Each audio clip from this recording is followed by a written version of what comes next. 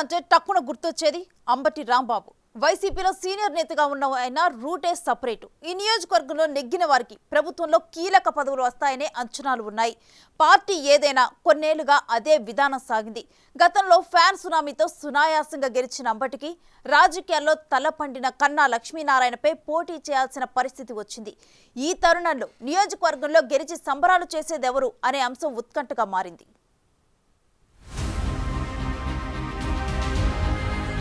2024 ఎన్నికలు సత్తెనపల్లి నియోజకవర్గానికి ఛాలెంజ్గా నిలిచాయి.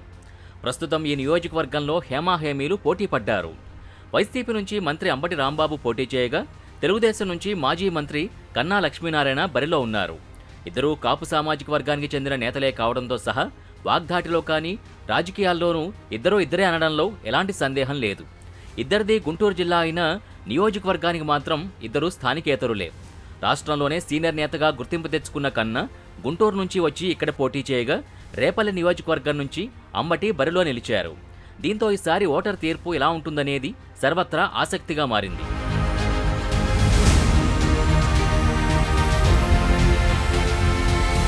సత్తెనపల్లిలో 1952, 1955, 1962, 1967లో వరుసగా 4 సార్లు వావిలాల గోపాలకృష్ణయ్య ఎన్నికయ్యారు. 1955లో సిపిఐ తరపున, మిగతా సార్లు స్వతంత్ర అభ్యర్థిగా ఆయన పోటీ చేయడం గమనార్హం. 1972, 1978 ఎన్నికల్లో కాంగ్రెస్ గెలిచింది. 1983లో తెలుగుదేశం తొలిసారి గెలిచింది. 1985లో సిపిఐ, 1989లో కాంగ్రెస్, 94లో సిపిఐ, 99లో తెలుగుదేశం ఈ నియోజకవర్గంలో గెలిచాయి. 2004, 2009లో కాంగ్రెస్ వరుసగా 2 సార్లు గెలవగా, రాష్ట్ర విభజన తర్వాత 2014లో జరిగిన ఎన్నికల్లో తెలుగుదేశం తరపున కోడెల శివప్రసాదరావు నర్సరావుపేట నుంచి వచ్చి వైసీపీ అభ్యర్థి అంబటి రాంబాబుపై 924 ఓట్ల నామమాత్రపు మెజార్టీతో గెలిచారు. 2019లో అంబటి రాంబాబు కోడెలను 20,000కు పైగా మెజార్టీతో ఓడించి ప్రతీకారం తీర్చుకున్నారు.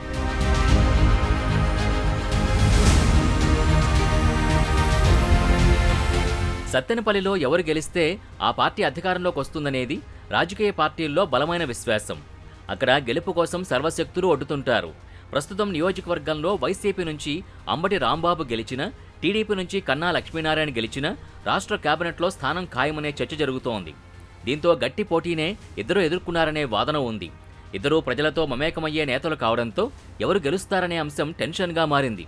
కొన్ని అంశాల వారీగా చూస్తే తమదే విజయమని టీడీపీ చెబుతుండగా, ప్రభుత్వ పథకాలు తప్పకుండా తమని గెలిపిస్తాయనే భావనలో అధికార వైసీపీ ఉంది. పైగా అంబటి రాంబాబు అంటే తెలుగు రాష్ట్రాల్లోనూ ప్రత్యేక ముద్ర వేసుకున్న నేత. ఆయన మాటలైనా డాన్సులైనా ఏం చేసినా అదో సంచలనంగా మారుతుందనేది నిరూపితమైంది. నీకు ముఖ్యమంత్రి ఎలా వచ్చిందో మాకు తెలియదు, మీ మా దగ్గర కొట్టే సంగతి ఎన్ని చెప్పుకోవాలా, అన్ని రాష్ట్ర ప్రజలకు తెలుసు. అందుకని నువ్వు ఈ దెబ్బతో తెలుగుదేశం దివాళా తీయబోతుంది. మళ్ళా తెలుగుదేశం చరిత్రలో కనపడదు, బీజేపీలోకి సర్దుకుంటుంది. ఇది అందరికీ తెలిసినటువంటి విషయమే. ఈ రాష్ట్ర ఎన్నికల తర్వాత జగన్మోహన్ రెడ్డి గారు ముఖ్యమంత్రి కాబోతున్నారు. ఆ ముఖ్యమంత్రి అయిన తర్వాత చంద్రబాబు నాయుడు గారు వెళితే జైలు కన్నా వెళ్తారు, లేకపోతే మోడీ గారి పార్టీలో విలీనమైనా చేస్తాడు. ఇవాళ నేను చెప్పాను. Please underline this point. TDP తరపున కన్నా లక్ష్మీనారాయణ కాకుండా వేరే ఇతర వ్యక్తి అయితే వైసీపీ విజయం తథ్యమయ్యేదని, కానీ ప్రస్తుతం ఆ పరిస్థితి లేదని రాజకీయ వర్గాలు చెబుతున్నాయి. పైగా కూటమి తరపున కన్నా పోటీ చేయడంతో జనసేన, బీజేపీ పార్టీల ఓట్లు ఆయన కలిసొచ్చే అవకాశాలు మెండుగా ఉన్నాయనే వాదన ఉంది. నియోజకవర్గంలోని అనేక ప్రాంతాల్లో లక్ష్మీనారాయణకు బలమైన క్యాడర్ ఉంది. ఇది ఆయన విజయానికి కలిసి వస్తుందనే ధీమాతో టీడీపీ నేతలున్నారు. గతంలో మంత్రిగా అందించిన సేవలతో పాటు జనసేన, ఎంఆర్పీఎస్ మద్దతు లక్ష్మీనారాయణకే ఉంది. వైసీపీకి దూరంగా ఉంటున్న సామాజిక వర్గాల్ని తన వైపు తిప్పుకోవడం, టీడీపీ టికెట్ ఆశించిన మాజీ ఎమ్మెల్యే వైవి ఆంజనేయులు, కోడెల శివరాం, మల్లిని కలుపుకుని పోవడం లక్ష్మీనారాయణకు కలిసొచ్చే అంశంగా మారుతుందనేది రాజకీయ వర్గాల్లో టాక్.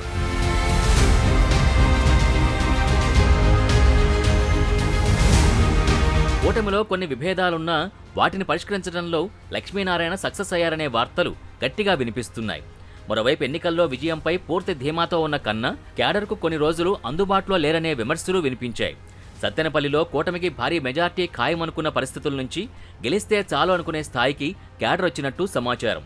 నియోజకవర్గంలో వైసీపీ అభ్యర్థి అంబటి రాంబాబుకు కూడా అనేక ప్రతికూల పరిస్థితులు కనిపిస్తున్నాయి. ఇవి కూడా టీడీపీకి కలిసొచ్చే అంశాలుగా మారవచ్చనే అంచనాతో తెలుగు తమ్ముళ్లున్నారు.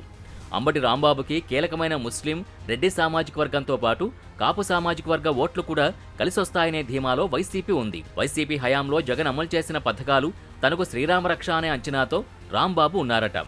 పథకాల్ని అందుకున్న మహిళలంతా తమ వైపే ఉన్నారని వైసీపీ భావిస్తోంది. ప్రభుత్వ పథకాల వైపు జనాలు ఆకర్షితులైతే అంబటికి భారీ మెజార్టీ ఖాయమనే భావనలో వైసీపీ అధిష్టానం ఉందట. నేను ఓడిపోతాను అని అనుకున్న రోజున నారా చంద్రబాబు నాయుడు గారు రాక్షసంగా వ్యవహరిస్తాడు.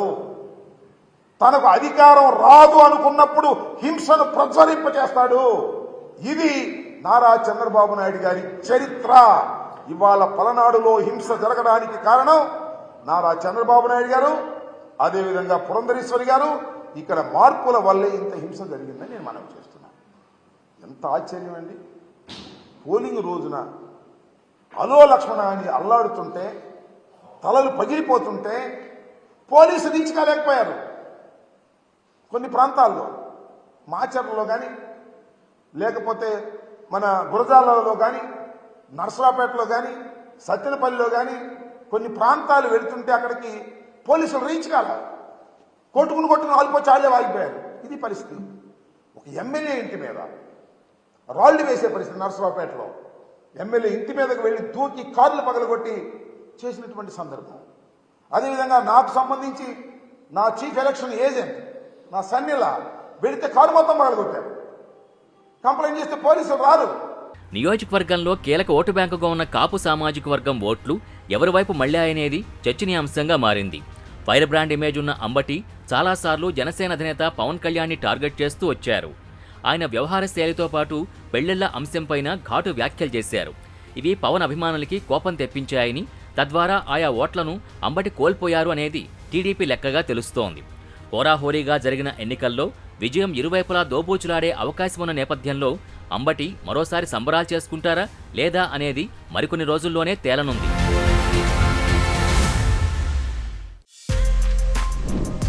For more videos like this, subscribe Big TV channel.